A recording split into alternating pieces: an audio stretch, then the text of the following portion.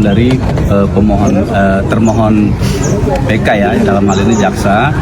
Untuk itu hakim memerintahkan kepada kami nanti pemohon untuk bisa datang lagi pada tanggal 1 Juli 2026 dihadiri oleh jaksa penuntut umum.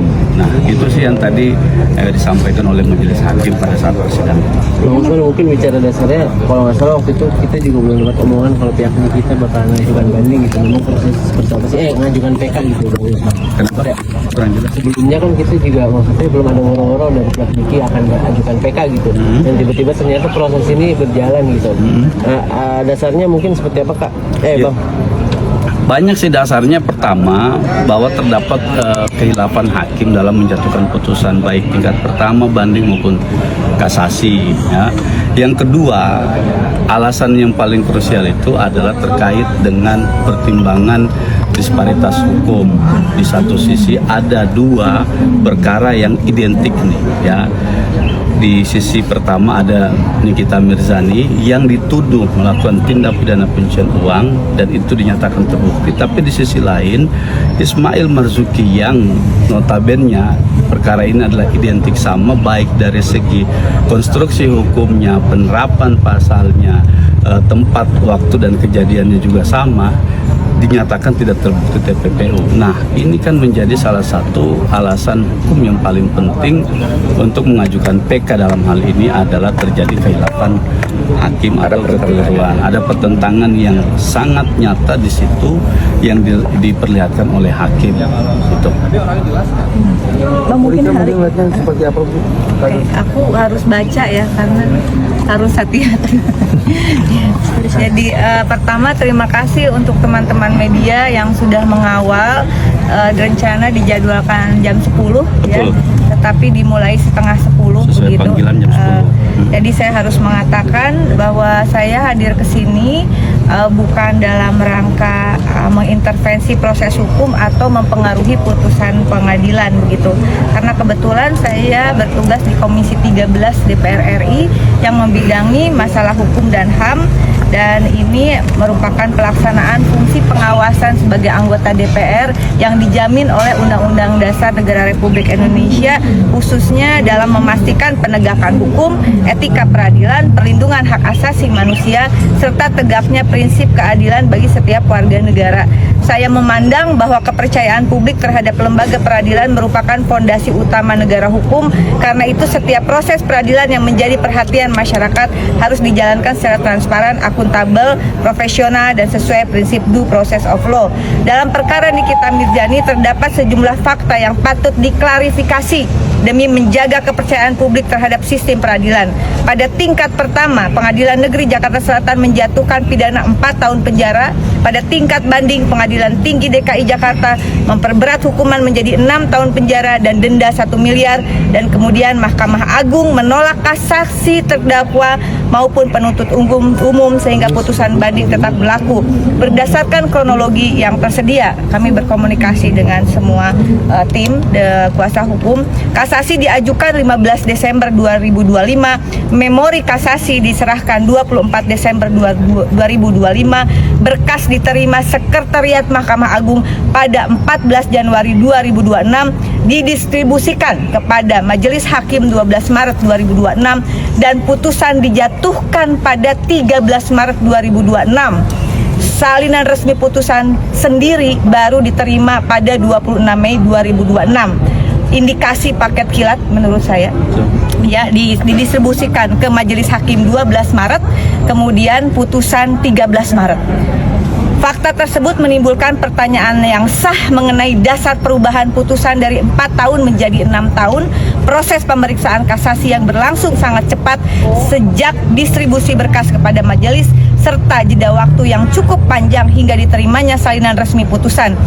Pertanyaan ini bukan tuduhan, melainkan bagian dari pengawasan publik yang sah dalam negara hukum.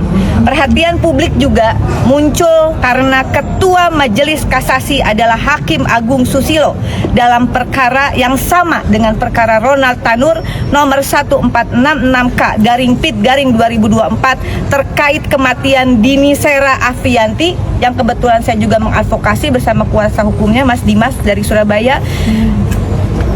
Hakim Agung Susilo pada kasus pembunuhan yang sudah terbukti sekarang, pembunuhan Dini Sera, itu menyampaikan dissenting opinion yang menegaskan pentingnya dua alat bukti yang sah, keyakinan hakim, dan pembuktian mens rea atau niat jahat.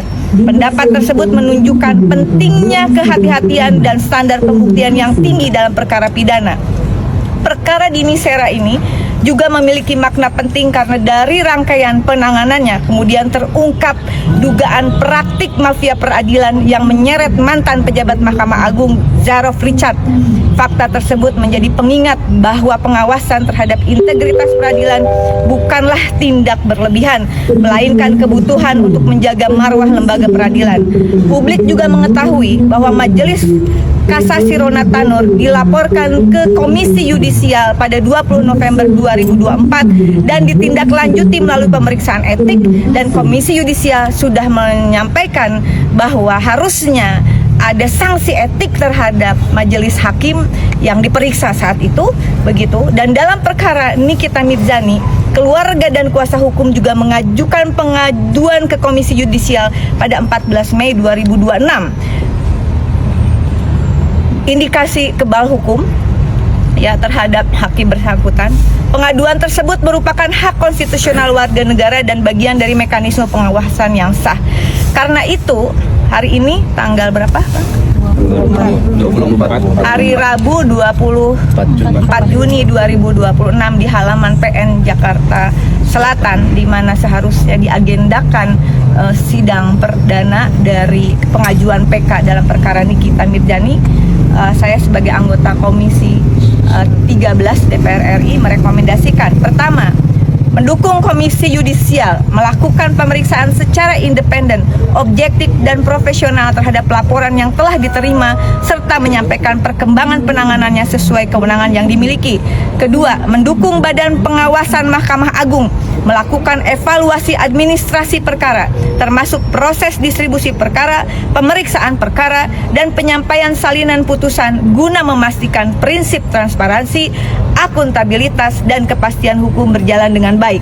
Ketiga, kami mendukung Kejaksaan Agung Republik Indonesia melakukan langkah hukum apabila di kemudian hari ditemukan bukti permulaan yang cukup mengenai dugaan suap, gratifikasi, pengondisian perkara, atau tindak pidana lain yang berkaitan dengan proses peradilan dengan tetap menjunjung tinggi asas praduga tak bersalah. Sekali lagi, pernyataan ini tidak dimaksudkan untuk menyimpulkan adanya pelanggaran etik maupun tindak pidana oleh pihak manapun. Yang sedang diperjuangkan adalah kepastian bahwa setiap warga negara memperoleh proses hukum yang adil, transparan, dan dapat dipertanggungjawabkan. Keadilan bagi Dini Sera adalah keadilan bagi Nikita Mirzani, dan ini bukanlah dua hal yang bertentangan.